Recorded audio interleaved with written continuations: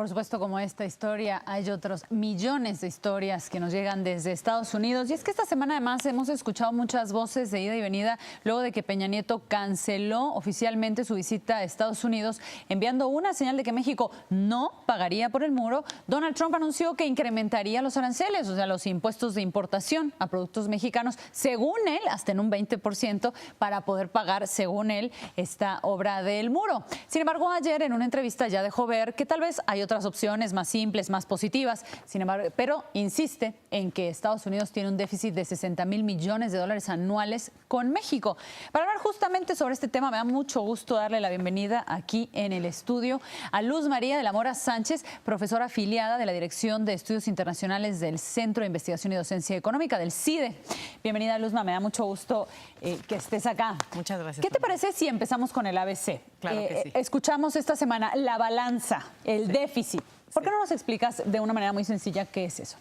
Pues mira, lo que se está refiriendo el presidente Trump es al hecho de que en los números, como se ven, hoy México le exporta a Estados Unidos 300,000 millones de dólares y México solamente le compra alrededor de 200,000 millones. Entonces hay un déficit, según él, de un 40% en ese comercio. O sea, cuando hablamos de la balanza, hablamos de lo que yo te compro y tú me vendes. Exactamente. Esa vendría siendo el balance entre Estados Unidos. Así y es. cuando él habla de un déficit, lo que está diciendo es, yo te compro mucho más de lo que tú de lo que tú me compras a mí. Entonces yo quisiera que me compraras más, porque de otro modo él se siente agraviado, siente que México está abusando de Estados Unidos y siente que la relación no es balanceada y no es justa.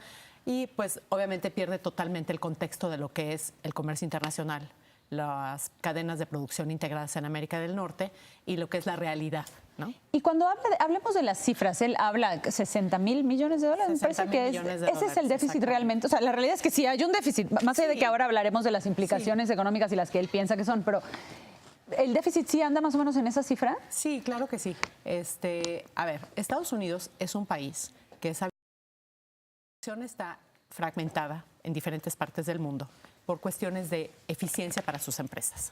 Y es una forma de hacer a Estados Unidos más competitivo. Ellos mismos, digamos, han promovido un esquema de producción global.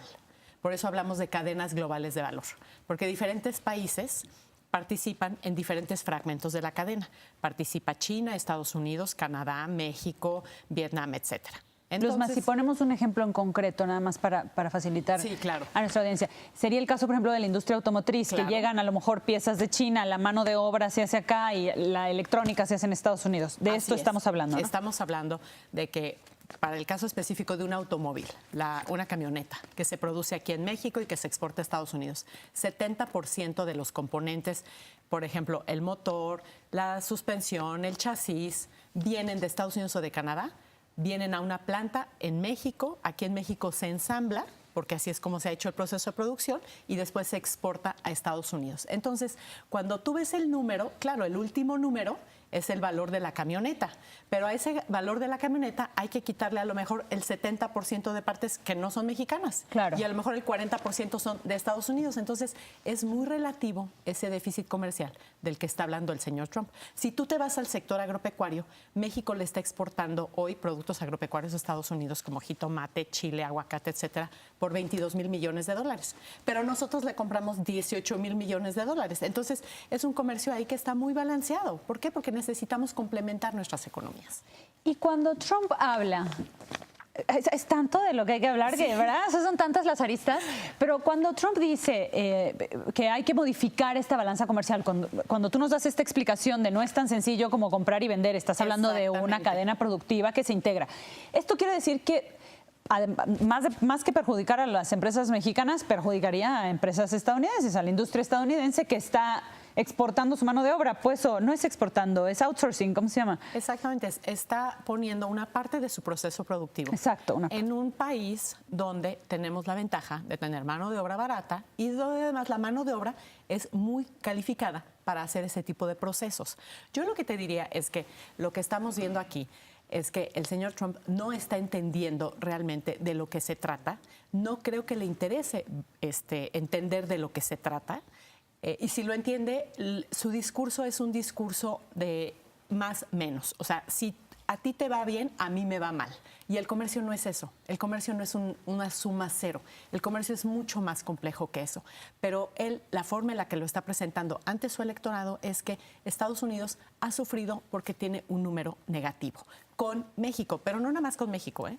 Claro. Con todos sus socios comerciales, no todos, con muchos de sus principales socios comerciales. Con China tiene un déficit comercial de 300 mil millones de dólares.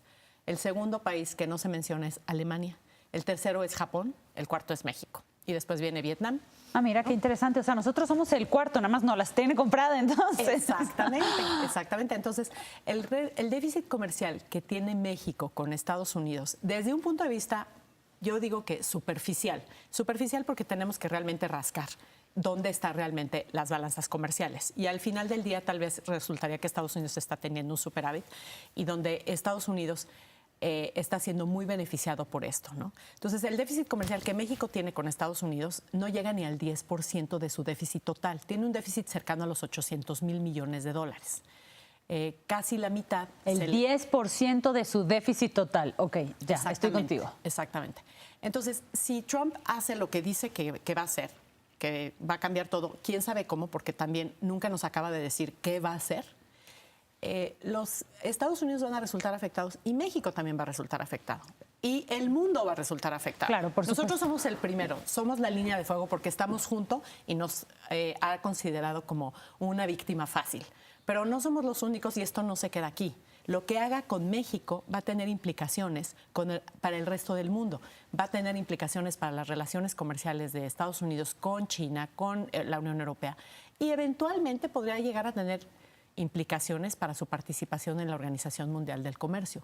Porque si decide imponer un arancel de lo que sea, 20%, 35%, el que le guste, es violatorio de la OMC.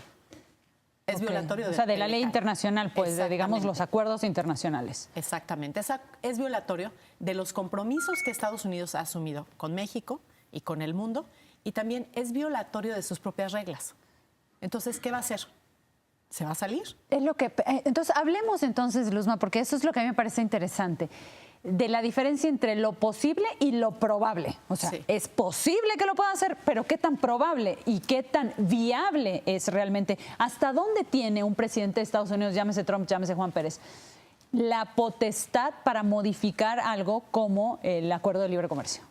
Pues, a ver, las capacidades de un presidente en Estados Unidos son muy amplias, aun cuando sabemos que existe el Congreso, existe la Suprema Corte y hay instituciones fuertes en Estados Unidos. Sin embargo, en el caso específico del Tratado de Libre Comercio de América del Norte, está previsto en el acuerdo, el artículo 2205 dice, cualquiera de las partes puede decidir retirarse previo anuncio a las otras partes, a sus contrapartes, de que en un periodo de 6 meses se va a retirar del tratado. Ese anuncio tendría que ser vía oficial, sí, no es como que en uno de sus tweets. No. Hay un conducto oficial para eso, ¿no? Así es.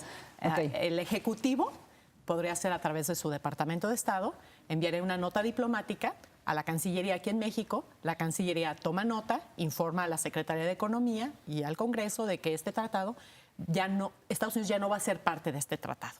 O sea, sí existe la ruta. Claro. ¿Y Donald Trump puede por él mismo tomar la decisión o necesitaría la autorización del Congreso?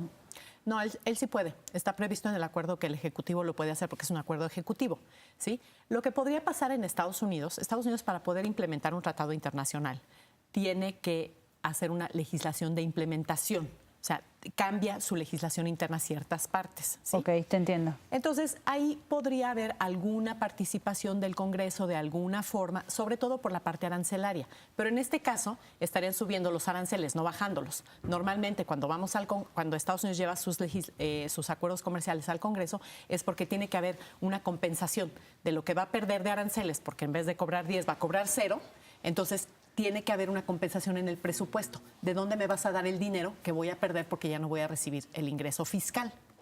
Pero eso es un tema que pues no le afectaría en este caso a Trump. Ahora, suponiendo que el Congreso quisiera o pudiera hacer algo, realmente el Telecán no tiene tampoco tanto apoyo dentro de republicanos y demócratas. Y por otro lado, es una es una víctima fácil. ¿Por qué? Pues porque si no hay Tratado de Libre Comercio de América del Norte, pues inventaremos otra cosa según él, ¿no? Y por otro lado, pues también para los congresistas no es tan fácil oponerse, sobre todo para los republicanos, no es tan fácil oponerse a Trump en este momento, porque Trump llevó al Partido Republicano a la mayoría en la Cámara de Representantes y en el Senado. Y a la presidencia, ¿no? Claro, el partido está en la presidencia. Está en la presidencia. ¿No? Entonces tienen que ser muy cuidadosos de cuáles van a ser sus batallas.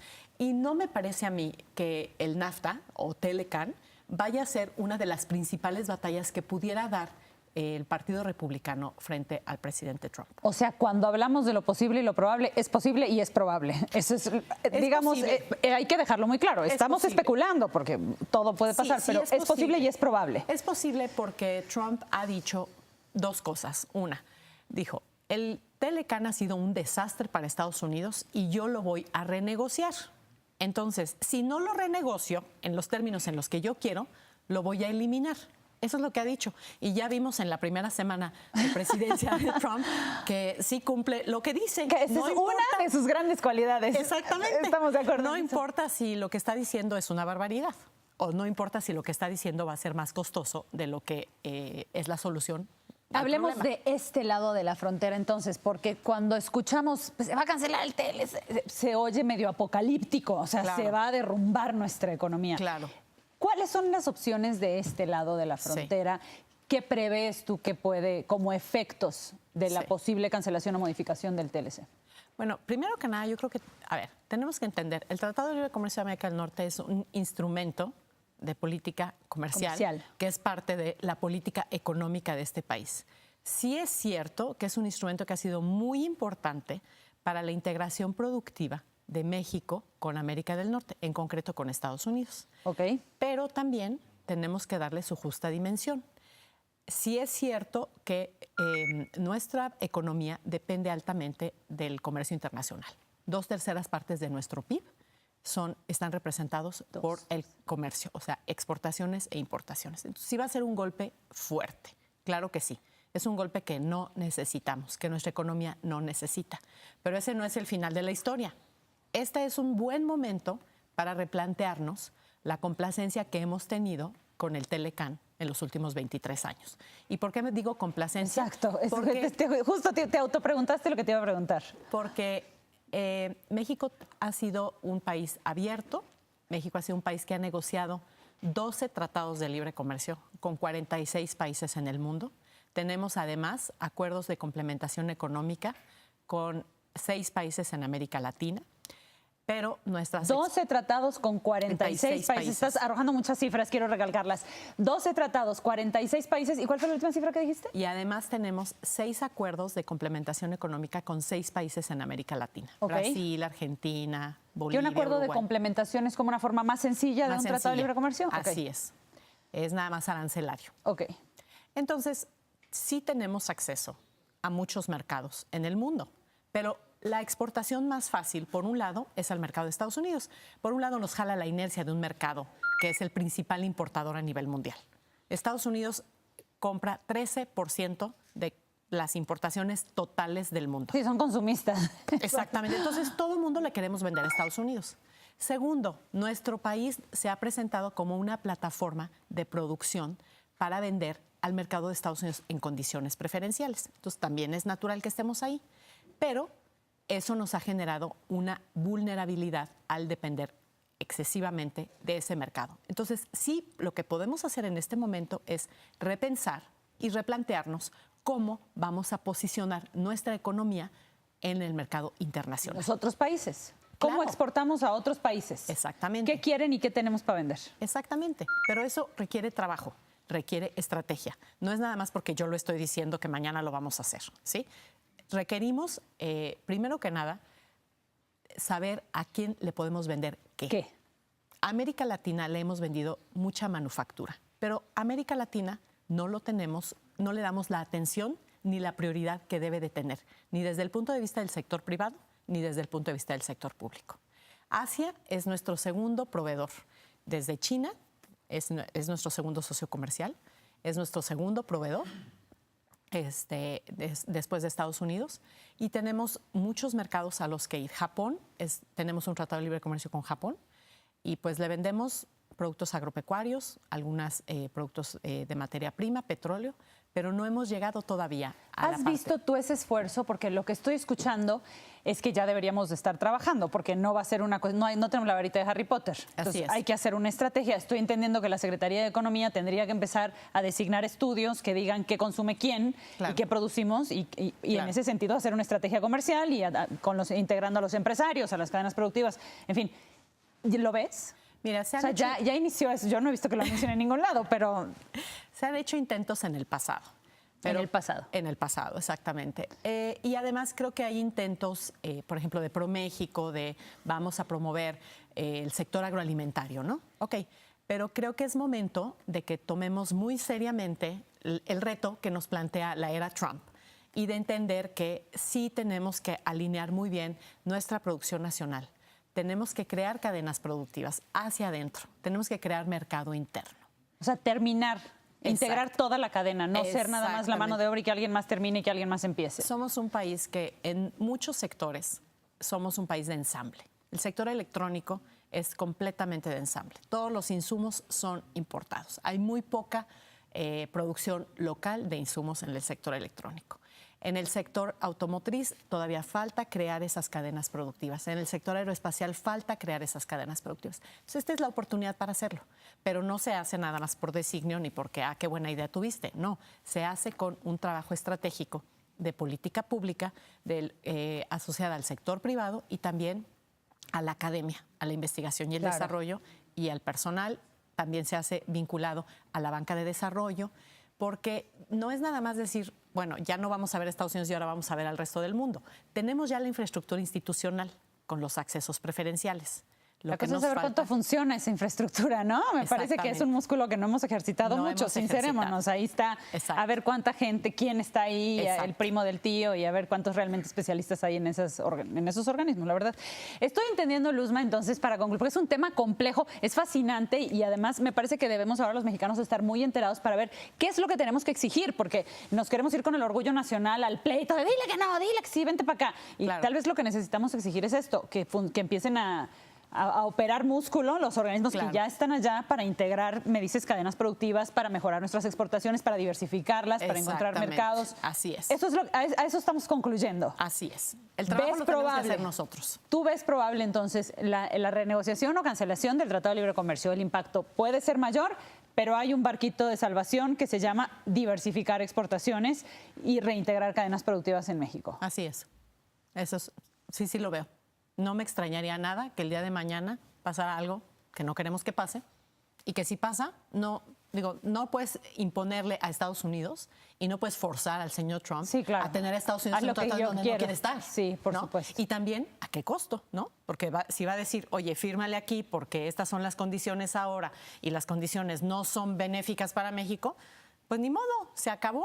Y sí va a ser un momento difícil porque nos ha declarado la guerra, una guerra comercial, de mi punto de vista, innecesaria, pero él así lo ha decidido, y mientras el camino sea ese, pues mejor nosotros tomamos nuestras previsiones aquí adentro. O sea, es momento de volvernos mucho más estrategas. Sí. Luzma, ha sido un gusto tenerte acá. Muchísimas gracias. Muchas gracias, la verdad que creo que arrojaste mucha luz a un tema que nos tiene a todos muy preocupados y que además es muy importante. Gracias. Al contrario, gracias a ti. Oiga, bueno, ya hablábamos hace un momento porque pues han habido varias aristas que se han abierto con la llegada de Donald Trump. Una semana de Donald Trump en la Casa Blanca y ya nos ha abierto varias heridas, y una de ellas, sin duda, y lo decíamos hace un momento, pues es la situación de los migrantes